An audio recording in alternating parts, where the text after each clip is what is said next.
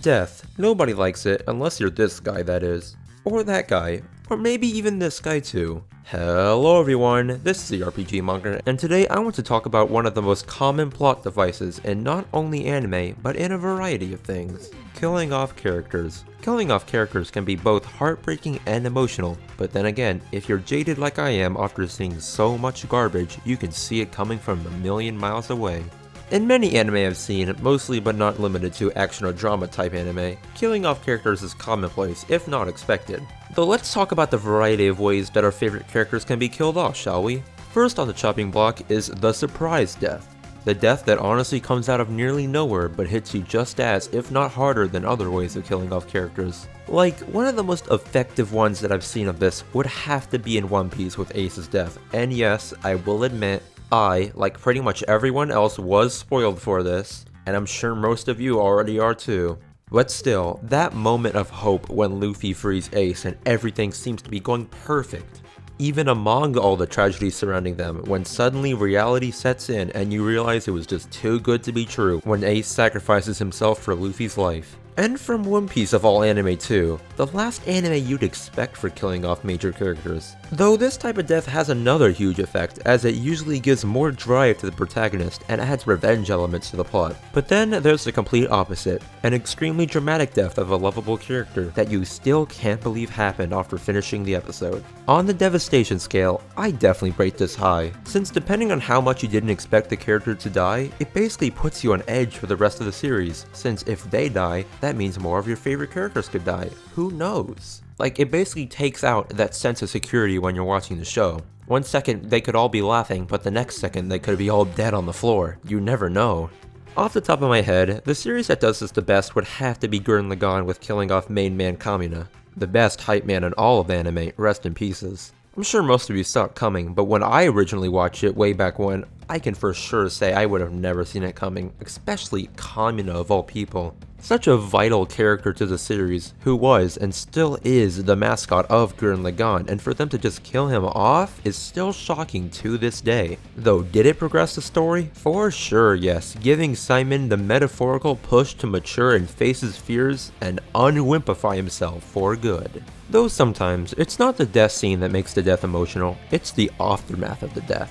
Like the protagonist finding out their buddy is dead and experiencing probably the most authentic emotion you'll ever see in anime. This is amplified even more if the character who received the cut is the protagonist's best friend, or just someone you were always rooting for, but deep down you knew they would eventually die. This is for sure the case in JoJo's Bizarre Adventure on multiple occasions, but I think we can all agree that the most iconic, and at least for me, heartbreaking of the deaths, was Caesar Zeppelin getting the splat and battle tendency. Caesar's death, albeit emotional and heartbreaking, was pretty predictable, seeing how Araki sort of has this trend where all the Zeppelins die. It was what happened directly afterward that really hit me directly in the feels, with Joseph digging around in the rubble in denial of Caesar's death, only to find where he died and the last of his Hamon. Just this scene, paired with the music in the background that they play, is shit that'll even get people as dead inside like me to shed a tear. Like, that entire scene, especially with Lisa just silently crying that she screws up trying to smoke a cigarette, that entire scene was feel central. Though now that we've talked about all the ways that characters get killed off, how can you completely ruin a death or just mess up the scene entirely? Well, one thing I'm honestly just sick of is the sheer amount of times that I've seen a character quote-unquote die, only to come back in some dumb stupid way like, oh, no, my best friend died! Poof, magic, he's back! I cannot tell you how many times I've seen this shit happen, like, going back to JoJo, like in part 2, when they completely tricked everyone into thinking that Joseph died, but then he comes back. That's cool, cause like that's playing into the whole like theme of the part, but I swear, that's probably the only exception where I can tolerate it. Like sure, it's great and all, but in my opinion, it really just makes the show less realistic and sucks out any and all suspense of not knowing who will die and who won't, since oh, if that person can't die, that means none of these people can.